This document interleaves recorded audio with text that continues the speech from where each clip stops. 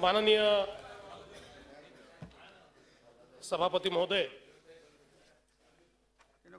महाराष्ट्र विधान परिषदेच्या सभापतीपदी आपली निवड झाली आणि एकमताने सर्वांनी आपली निवड केली। त्याबद्दल मी मनपूर्वक आपलं या ठिकाणी अभिनंदन करतो आणि सभागृहातल्या सगळ्या सदस्यांचं देखील अभिनंदन करतो। सभापती महोदय, आपल्याला एक प्रदीर्घ राजकीय अनुभव आहे। एक मोठा इतिहास असलेल्या घराण्यातनं आल्यानंतर देखील सर्वसामान्यांच्या करता अनेक वर्ष आपण काम केली आणि अगदी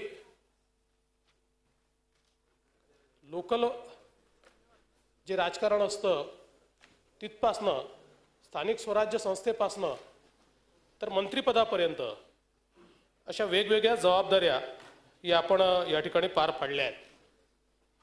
आपण उच्च विद्या विभूषित आहात, LLM आहात आणि महाराष्ट्राने आपल्याला नेहमी सौजन्य मूर्ती म्हणून बघितलेलं आहे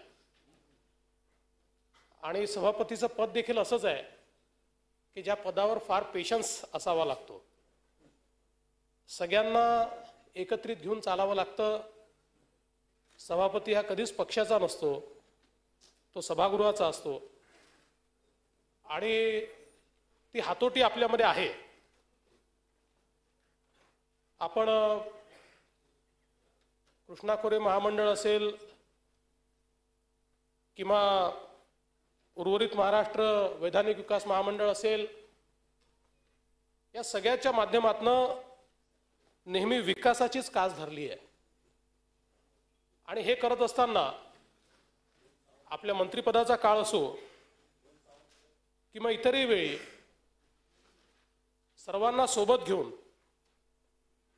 आणि आपण आपली राजकीय वाटचाल नेहमी केली आणि त्यामुळे आपल्या या संबंधांचा फायदा हा निश्चितपणे हे सभागृह चालवताना या ठिकाणी आपल्याला होईल। आज या निमित्ताने खरं म्हणजे सर्व लोक आपल्या एकूण राजकीय वाटचालीबद्दल या ठिकाणी भाष्य करतीलच, पण मला देखील विधानसभेचा सदस्य म्हणून आपल्यासोबत काम करण्याची संधी प्राप्त झाली आणि त्याही करायचे आणि मार्ग काढायचे। आणि मला असं वाटतं की शेवटी लोकशाही जी आहे, या लोकशाहीमध्ये मार्ग काढणं हाच महत्त्वाचा असतो। लोकशाही ही कलेक्टिव्ह विजडम आहे, त्यामुळे प्रत्येकाच्या मताला महत्त्व आहे, प्रत्येकाचं मत ऐकलंच गेलं पाहिजे, प्रत्येकाचं मत एक्नॉलेजच झालं पाहिजे, पण त्यासोबत जे बहुमत असेल त्याचा निर्णय केला पाहिजे, त्याचा आदर केला पाहिजे आणि त्याने निर्णय केला पाहिजे। आणि मला असं वाटतं की ही जी काही लोकशाही आहे, या लोकशाहीला समृद्ध करण्याचं काम हे निश्चितपणे आपल्या हाताने होईल। सहकार क्षेत्रामध्ये आपण चांगलं कार्य केलंय।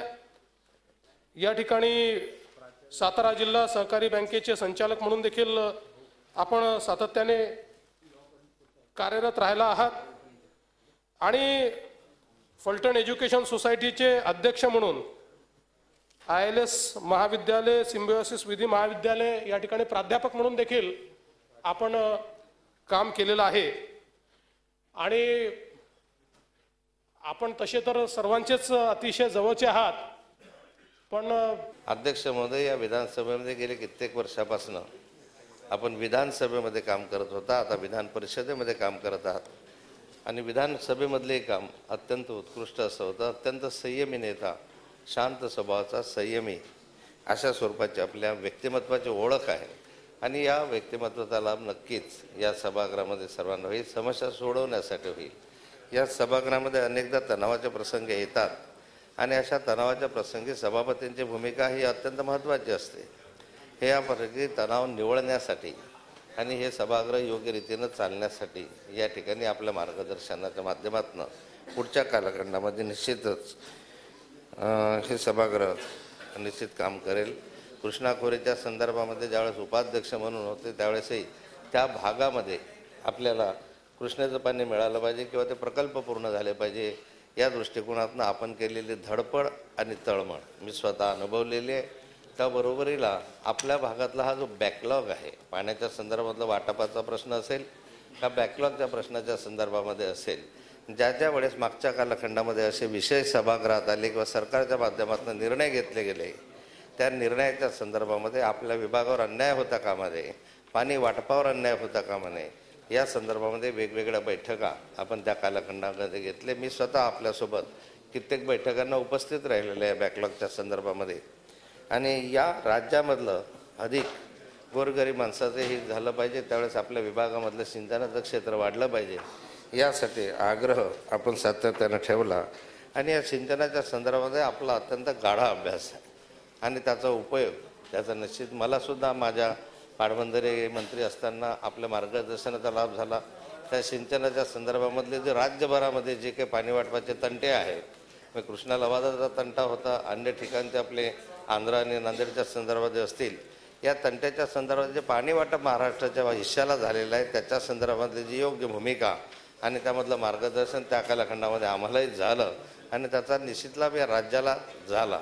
आपण या ठिकाणी या सर्वोच्च सभागृहाच्या सर्वोच्च व्यासपीठावर असलेल्या सभापतीपदी विराजमान झाला याचा आम्हा सर्वांनाच आनंद आहे. मनापासून झी 24 तास रहा एक पाऊल पुढे.